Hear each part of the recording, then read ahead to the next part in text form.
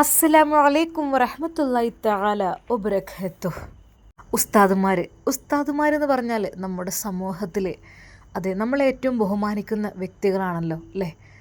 നമ്മുടെ ഹാദിയ ആഗ്രഹിച്ചതും ഒരു ഉസ്താദിൻ്റെ കൂടെയുള്ള ജീവിതമായിരുന്നു. എന്നാൽ ഹാദിയക്ക് ഇതുവരെ അത് ലഭിച്ചില്ല എന്നതാണ് അതിൻ്റെ യഥാർത്ഥ സത്യം.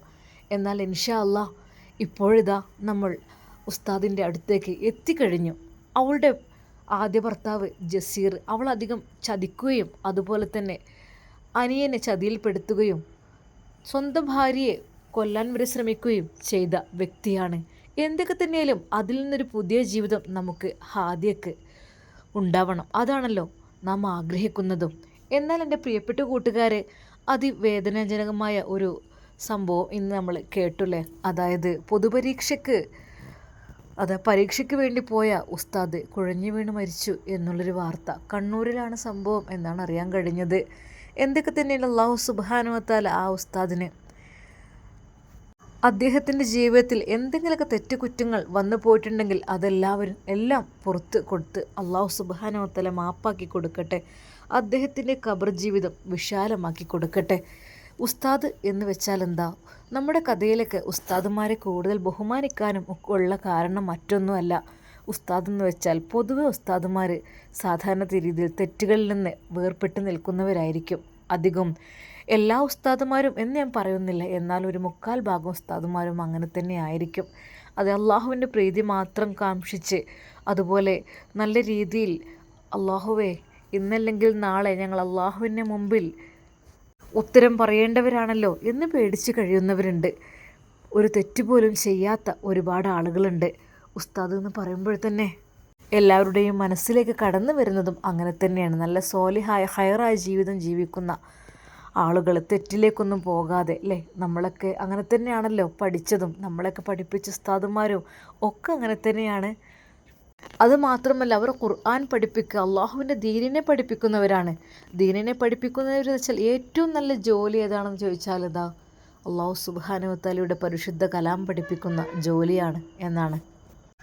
അതൊരിക്കലും വിറ്റ് തിന്നാൽ തീരാത്ത മുതലാണ് എന്നാണല്ലോ. ഓരോ കുട്ടിയെ പഠിപ്പിക്കുമ്പോഴും ആ കുട്ടിയെ പഠിപ്പിച്ച് ആ കുട്ടി പിന്നീട് ആ ഖുർആൻ പാരായണം ചെയ്യുമ്പോൾ ആ കുട്ടി പാരായണം ചെയ്യുന്നതിൻ്റെ കൂലി പഠിപ്പിച്ച ഉസ്താദുമാർക്കുണ്ടാകും എന്നാണല്ലോ.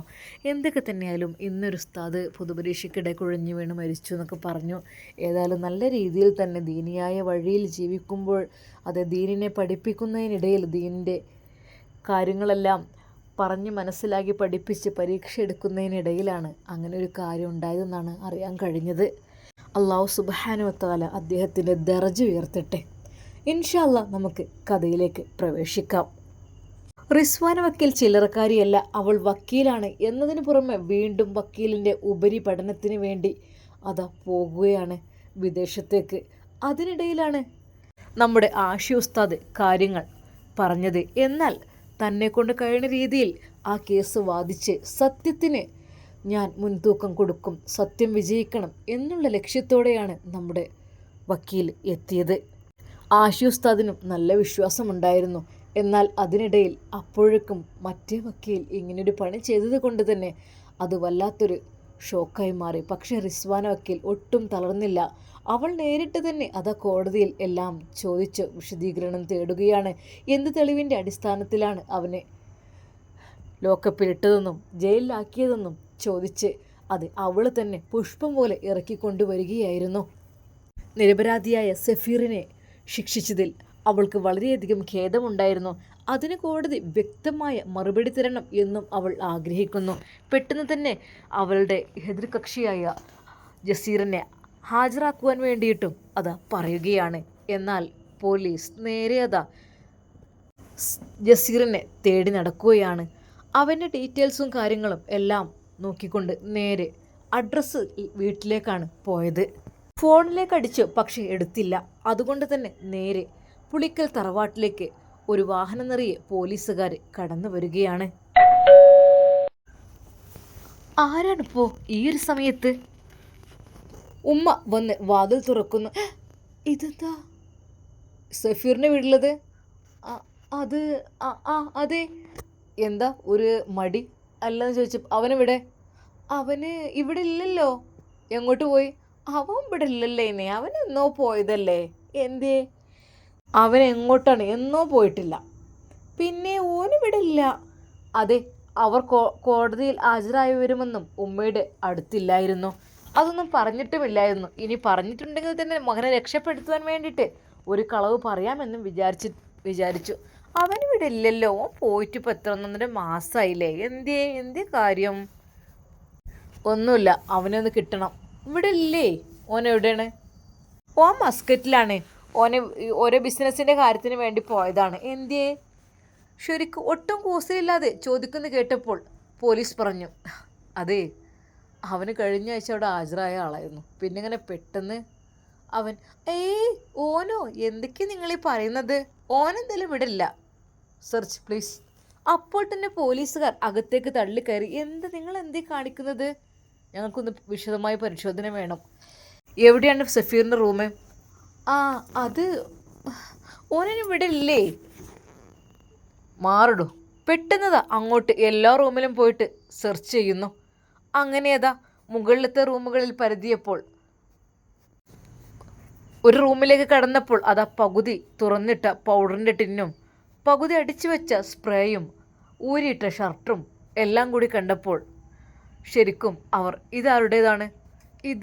അതിൻ്റെ മോൻ സഫീറിൻ്റെയാണ്. വീണ്ടും തള്ള കളവ് പറയാൻ തുടങ്ങി. അതെ, ഒരുപാട് കളവ് പറഞ്ഞങ്ങ് മുഷിക്കണ്ട. വൈകാതെ നിങ്ങളെയും പൊക്കും. എനിക്ക് പേടിയാണ്. കോടതി പോലീസ് എന്നൊക്കെ പറഞ്ഞാൽ കേട്ടോ. എന്നെ വെറുതെ കൊണ്ടുപോകാനൊന്നും നിൽക്കണ്ട. പിന്നെന്താ, മോനെ കാണില്ല നിങ്ങളെ കൊണ്ടുപോകണം. അല്ല എന്താ, അവൻ എങ്ങോട്ടാണ് മുങ്ങിയതെന്ന് ഡീറ്റെയിൽസും കാര്യങ്ങളും കിട്ടണം. അവനിവിടെ എവിടെ പോയി മുങ്ങുകയാണെങ്കിലും ഞങ്ങൾ പൊക്കൂട്ടോ. ഞങ്ങൾ കൊണ്ടുവന്നിരിക്കും. എന്തിനാ നിങ്ങൾ ഒരു തെറ്റും ചെയ്യാത്തവരെടുങ്ങാറാക്കണ്?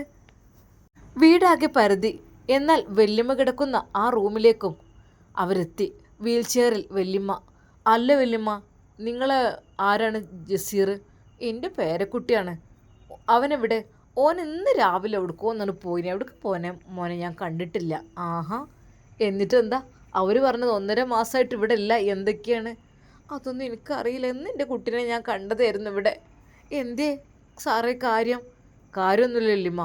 ഏതായാലും അത് മതി. നിങ്ങളെന്തെങ്കിലും പറഞ്ഞു തന്നല്ലോ. ആ നിമിഷം തന്നെ അവൻ്റെ മൊബൈൽ ടവർ നോക്കിയിട്ട് അന്വേഷണങ്ങൾ ആരംഭിച്ച് തുടങ്ങുകയാണ്.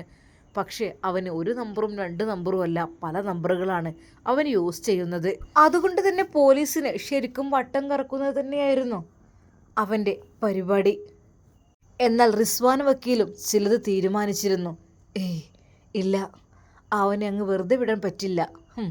എന്നെ ഉപദ്രവിച്ചു, എന്നെ കൂട്ടിക്കൊണ്ടുപോയി, എന്നെ തടവിലാക്കി, എൻ്റെ വായ് മൂടിക്കെട്ടി, കൈകളും കാലുകളും കെട്ടി. എന്നിട്ട് എന്നെക്കൊണ്ട് എൻ്റെ മുഖത്ത് നോക്കി എന്തൊക്കെയാണ് അവൻ പറഞ്ഞത്? അവൻ എൻ്റെ മുഖത്ത് നോക്കി അനാവശ്യം പറഞ്ഞു. അതെ, എന്നെ അങ്ങ് കെട്ടിക്കൊണ്ടുപോകണത്രേ. അതാണത്രേ അവൻ്റെ കാര്യം. അത് ജസീറെ, നീ ചില്ലറക്കാരനല്ല. നീ പല പെണ്ണുങ്ങളുടെ അടുത്തേക്ക് പോകുന്ന ആളാണ്. അതുകൊണ്ട് തന്നെ ഞാനങ്ങ് നിർത്തിത്തരാം. വക്കീലും കുറച്ചധികം വാശിയിൽ തന്നെയാണ്. എന്നാൽ ഈ സമയം അവൻ മുങ്ങിയത് ഗൾഫിലേക്കൊന്നും അല്ലായിരുന്നു. അവൻ മുങ്ങിയത് അവൻ്റെ പഴയ മേരിയുടെ അടുത്തേക്കായിരുന്നു. ആദ്യത്തെ അവളെ വിളിച്ചപ്പോൾ അവളുടെ ഭർത്താവുണ്ട്, മക്കളുണ്ടെന്നൊക്കെ പറഞ്ഞ് ഒഴിഞ്ഞു മാറി. അല്ലെങ്കിലും ഷാനയ്ക്ക് അവനോട് താല്പര്യമൊന്നും ഇല്ലായിരുന്നു. ഇപ്പോഴിതാ മേരി അവളുമായി നല്ല കമ്പനിയാണല്ലോ. അതുകൊണ്ട് തന്നെ അവൻ പെട്ടെന്നങ്ങോട്ട് കയറി ചെന്നപ്പോൾ ശരിക്കും അവൾ ചോദിച്ചു, അല്ല, ഇതെന്താ ഈ സമയത്ത്? ഒന്നും പ്രതീക്ഷിക്കാതെ എൻ്റെ പെണ്ണിൻ്റെ അടുത്തേക്ക് എനിക്ക് വരാൻ എന്താ ചോദിക്കേണ്ട ആവശ്യം വല്ലതുണ്ടോ? ഇല്ല, അതൊന്നുമില്ല. പെട്ടെന്ന് തന്നെ അവളുടെ നേർക്ക് അതാ ഒരു നോട്ടിൻ്റെ കെട്ട് വീശി കാണിച്ചിട്ട് പറഞ്ഞു, എനിക്ക് ഇവിടെ ഒരു അഭയം വേണം. എന്തു പറ്റി? ഒരിക്കൽ പോലും പോലീസ് വരികയാണെന്നോ അതൊന്നും പറഞ്ഞില്ല. അവൻ അവളുടെ അകത്തേക്ക് കയറി. അവൾ വാതിലടക്കുകയും ചെയ്തു. സർപ്രൈസ് ആയിട്ടാണല്ലോ വന്നത്. അതെ, നിന്നെ കാണണമെന്ന് തോന്നിക്കഴിഞ്ഞാൽ സർപ്രൈസായിട്ട് വരാഞ്ഞാൽ എനിക്ക് പറ്റില്ലല്ലോ. അവർ രണ്ടുപേരും നല്ല രീതിയിൽ തമാശയും കളിയും ചിരിയും. ഒരിക്കൽ പോലും പോലീസ് അങ്ങോട്ട് എത്തില്ല എന്നും അവൻ വിചാരിച്ചിരുന്നു. അവളുമായി നല്ല രീതിയിൽ സൗഹാർദ്ദത്തിൽ കഴിയുകയും ചെയ്തു. എന്നാൽ എന്നെ മറന്നില്ലല്ലേ? ഞാൻ വിചാരിച്ചു. എങ്ങനെ മറക്കാനാ പെണ്ണെ? മറക്കാനൊന്നും ഒരിക്കലും പറ്റില്ല. നിങ്ങളൊക്കെ തന്നെ എനിക്കുള്ളൂ. അല്ല, എവിടെ ഹാദിയ? ആ ഭാര്യ എവിടെ?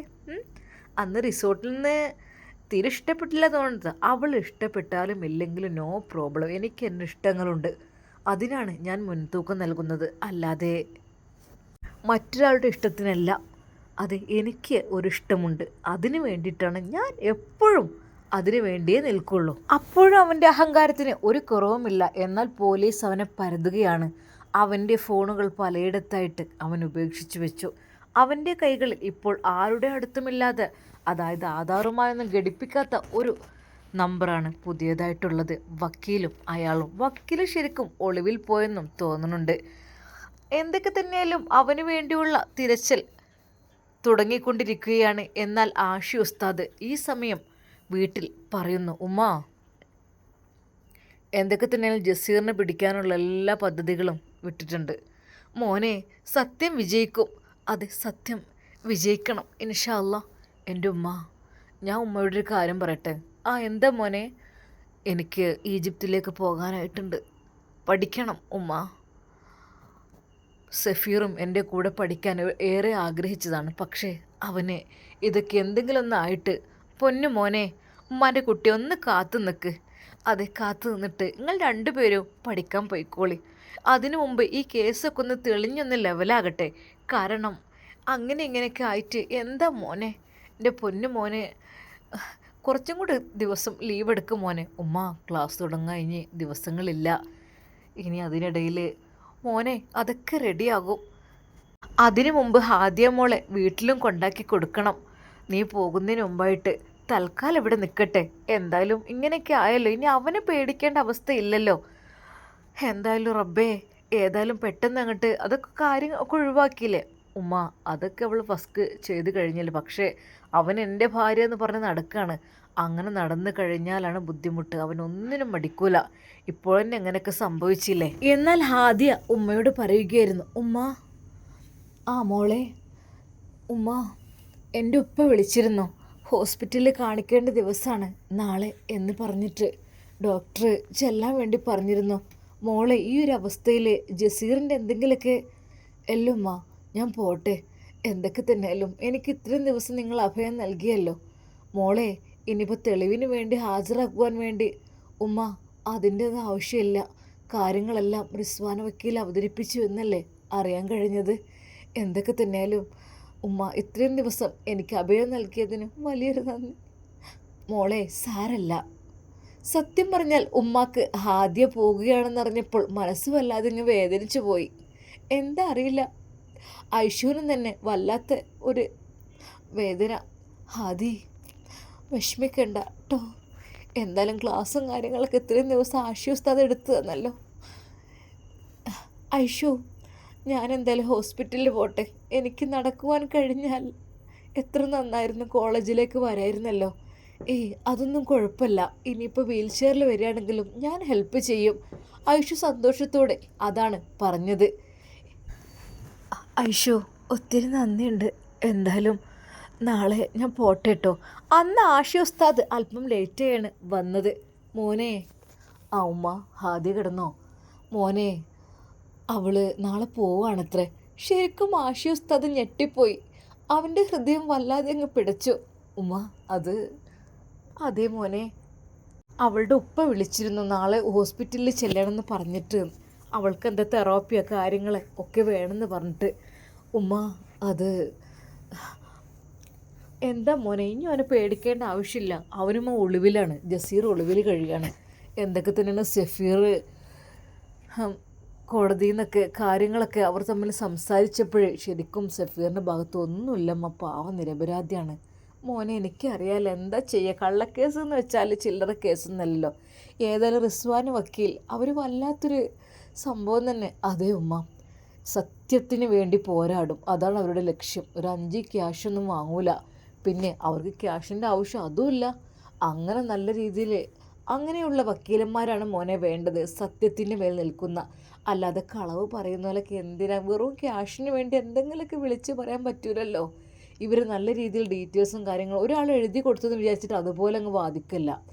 അതിൻ്റെ ഡീറ്റെയിൽസും കാര്യങ്ങളും അന്വേഷിച്ച് കണ്ടുപിടിച്ച് എല്ലാം റെഡിയാക്കിയതിന് ശേഷം മാത്രമേ അവർ നിൽക്കുള്ളൂ. ആദ്യമേ അവരങ്ങനെ തന്നെയാണ്. ഇനിയും ഇൻഷാ അല്ലാ അവർ ജഡ്ജിയാകാൻ പോകണമ്മ. ശരിക്കും ഞെട്ടിപ്പോയി. മോനെ സത്യം? അതേ ഉമ്മ, അവരതിനു വേണ്ടി പ്രാക്ടീസ് ചെയ്തുകൊണ്ടിരിക്കുകയാണ്, അതിനു വേണ്ടിയുള്ള പഠനത്തിനാണ്. മോനെ എനിക്ക് സത്യം പറഞ്ഞാൽ വല്ലാത്ത സന്തോഷം. അതേ ഉമ്മ, വക്കീലിൻ്റെ സ്ഥാനം അതൊക്കെ എതിർ വക്കീലങ്ങ് പറഞ്ഞാൽ അതങ്ങ് ഇതായി പോവും. പക്ഷേ ജഡ്ജിയായി കഴിഞ്ഞാൽ അവർക്കൊരു തീരുമാനം ഉണ്ടാവുള്ളൂ. അപ്പോൾ പിന്നെ എല്ലാം നോക്കി റെഡിയായതിനു ശേഷം മാത്രമേ ചെയ്യുള്ളൂ. ശരിക്കും അത് ആ ഉമ്മ അൽഹംദുലില്ല എന്ന് പറഞ്ഞു. അങ്ങനെയുള്ള വക്കീലും ജഡ്ജിക്കാണ് വേണ്ടത് നമ്മുടെ നാടിന് ആവശ്യം. എന്നാൽ അന്ന് സഫീറും ആഷി ഉസ്താദും സംസാരിച്ചു കൊണ്ടിരിക്കുന്ന സമയത്ത് സഫീറിനോട് ആഷി ഉസ്താദ് പറഞ്ഞു, പിന്നെ ഞാൻ ഒരു കാര്യം പറയട്ടെ. എന്താ? നമ്മുടെ റിസ്വാൻ വക്കീൽ ഇല്ലെങ്കിൽ നമ്മളൊക്കെ ആകെ സത്യമായിട്ടിടാ ഞാൻ ജയിലിൽ കിടന്ന് ഇറങ്ങിക്കേണ്ട ആളായിരുന്നു. പക്ഷേ ആ വക്കീൽ വന്ന് ഇടപെട്ടത് കൊണ്ട് എല്ലാം പെട്ടെന്ന്. പക്ഷേ ഇനിയും എൻ്റെ ജ്യേഷ്ഠനെ ഒളിവിലാണെന്നൊക്കെ പറഞ്ഞത്. എന്തിനു വേണ്ടിയിട്ടാണ് എൻ്റെ ജ്യേഷ്ഠൻ ഇങ്ങനെയൊക്കെ ചെയ്യുമെന്ന് എനിക്കറിയുന്നില്ല. റബ്ബേ, എന്തൊക്കെ തന്നെയായാലും. പെട്ടെന്നതാ സഫീറിൻ്റെ ഫോണിലേക്കൊരു കോള് വരുന്നു. ഹലോ, അസ്സലാമു അലൈക്കും. വലൈക്കും അസ്സലാം. മനസ്സിലായില്ലേ? ഞാനാണ് റിസ്വാൻ വക്കീൽ. ഓ മാഷാ അല്ലാ. അതെ, എനിക്ക് വക്കീൽ എങ്ങനെ നന്ദി പറയണമെന്ന് അറിയുന്നില്ല. അതൊന്നും കുഴപ്പമില്ല, ഇങ്ങനൊരു സ്നേഹം ഉണ്ടായാൽ മതി. തീർച്ചയായും എനിക്ക് സത്യം പറഞ്ഞാൽ വിശ്വസിക്കാൻ കഴിയണില്ല കേട്ടോ. ഇത്ര പെട്ടെന്ന് ഞാൻ ജയിൽ മോചിതനാവുക എന്നൊക്കെ പറഞ്ഞാൽ എല്ലാം അള്ളാഹുവിൻ്റെ നിഅമത്ത്. അതെ, പടച്ച റബ്ബിനോട് മാത്രം നന്ദി പറഞ്ഞാൽ മതി കേട്ടോ. ഞാൻ വെറുമൊരു കാരണക്കാരി മാത്രം. ഏതായാലും മാഷാ അല്ലാ, എനിക്ക് നിങ്ങളുടെ ഒരു പ്രവൃത്തി എൻ്റെ മനസ്സിനെ വല്ലാതെ അങ്ങ് പിടിച്ച് കുലുക്കി കേട്ടോ. അതെന്താ? അതൊക്കെ ഞാൻ പിന്നെ പറയാം. ഇൻഷാ അല്ലാ ഞാൻ പിന്നെ വിളിക്കാം കേട്ടോ. കുറച്ച് വർക്ക് ചെയ്യാനുണ്ട്. എന്നാൽ അന്ന് രാത്രി റിസ്വാന വക്കീൽ കിടക്കുമ്പോൾ അവളുടെ മനസ്സിൽ ആ ഒരു ചിന്ത മാത്രമായിരുന്നു. അത് ജയിലിൽ വെച്ച് ഒരു യുവാവ് നിസ്കരിക്കുന്ന ആ ഒരു മനോഹരമായ ചിത്രം അതവളുടെ മനസ്സിലേക്കങ്ങ് കടന്നു വന്നിരുന്നു. അത് വീട്ടുകാരെ നിർബന്ധം തുടങ്ങിയിട്ട് കുറച്ചായി. വിവാഹം കഴിക്കണം മോളെ, നിനക്ക് ജഡ്ജിയെ വേണോ, വക്കീലിനെ വേണോ, പോലീസിനെ വേണോ, ഡോക്ടറെ വേണോ എന്നൊക്കെ പറഞ്ഞ് ഒരുപാട് ഉമ്മയും ബാപ്പയും തിരക്ക് കൂടുന്നുണ്ട്. പക്ഷേ ഞാൻ മനസ്സിലാക്കിയത് അള്ളാഹുവിനെ ഭയന്ന് ജീവിക്കുന്ന അള്ളാഹുവിൻ്റെ ഒരു ഇഷ്ടദാസനെയാണ് എനിക്കിഷ്ടം എന്നായിരുന്നു ഞാനെപ്പോഴും പറയാറുണ്ടായിരുന്നത്. എന്നാൽ റിസ്വാൻ വക്കീലിൻ്റെ മനസ്സിൽ അങ്ങനെ പല ചിന്തകളും കടന്നുകൂടിയോ എന്തോ അറിയില്ല. സഫീറിൻ്റെ മുഖം അത് മനസ്സിലേക്കങ്ങ് വല്ലാതെ അങ്ങ് മുഖം മാത്രമല്ല അദ്ദേഹത്തിൻ്റെ പ്രവൃത്തി അതാണ് അവളെ കൂടുതൽ ആകൃഷ്ടയാക്കിയത്.